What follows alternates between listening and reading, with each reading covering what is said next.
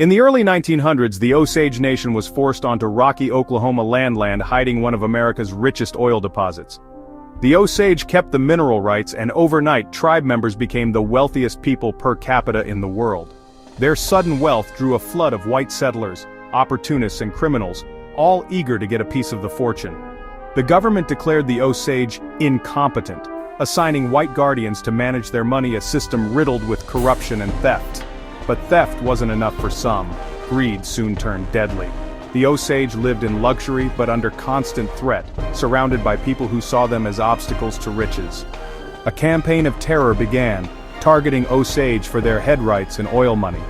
The land that brought them prosperity now made them targets, setting the stage for a tragedy fueled by avarice and violence.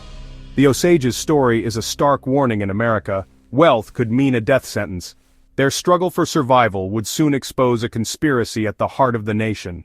The terror began in 1921 with the murder of Anna Brown, an Osage woman found shot in the head. Authorities ignored the evidence, calling it an accident, but Anna's family knew better. Soon her mother died mysteriously, likely poisoned. Her sister Rita and husband were killed in a bombing. The pattern was clear. Someone was eliminating Osage families to inherit their oil wealth. Molly Kyle, Anna's surviving sister, watched her family vanish one by one, knowing she could be next. Dozens of Osage died from shootings, poisonings, and explosions.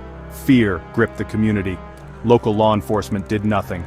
Corruption and intimidation ruled. The Osage fortified their homes, trusting no one, as the list of victims grew. The reign of terror was systematic, brutal, and unchecked. Molly, now one of the last heirs, lived in constant dread. The Osage's immense wealth had become a curse, and the killers moved with impunity. The community was under siege, desperate for help. The murders would soon draw national attention and a new kind of investigation. At the center of the plot was William K. Hale, a rancher who called himself the King of the Osage Hills. Hale posed as a friend to the Osage, but behind the mask was ruthless ambition. He orchestrated the murders, manipulating his nephew Ernest Burkhart to marry Molly Kyle and inherit her family's head rights. Hale hired killers, bribed officials, and attended the funerals of his victims, all while consolidating power. His conspiracy was chillingly organized, family ties twisted into tools for murder. Local authorities were powerless or complicit. Private investigators were run out of town or killed. The Osage Tribal Council, desperate, pleaded for federal intervention. Hale's reign of terror seemed unstoppable, protected by fear and corruption. The killer was hiding in plain sight, confident he'd never be caught. But the Osage would not give up. They demanded justice. By 1923, the Osage murders were a national scandal.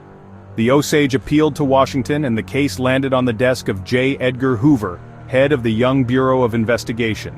Hoover saw a chance to prove his agency's worth and assigned the case to Tom White, a former Texas Ranger. White and his undercover team posed as cattlemen and oilmen, quietly gathering evidence. They earned the trust of the Osage, re-examined evidence, and uncovered a web of fraud and murder, all pointing to Hale.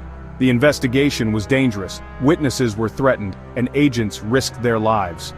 A breakthrough came when a criminal confessed, implicating Hale and Burkhart in Anna Brown's murder. Evidence linked other killers to the bombings and shootings. The wall of silence began to crumble as the Bureau built its case. Justice was finally within reach. In 1926, federal agents arrested William Hale and Ernest Burkhart. The trial shocked the nation, exposing the depth of the conspiracy. Ernest confessed, sealing Hale's fate. Both were convicted and sent to prison. Molly Kyle survived, divorced Ernest, and lived on. A symbol of Osage resilience. The reign of terror ended, but many Osage deaths remain unsolved. The case changed American law, making it harder for outsiders to inherit Osage wealth. The Bureau's success transformed it into the modern FBI, pioneering new investigative techniques. The Osage murders marked the end of the Wild West and the rise of federal law enforcement. The tragedy is a cautionary tale of greed, racism, and survival. The Osage's fight for justice left a legacy that endures, a reminder that even in darkness, courage can prevail.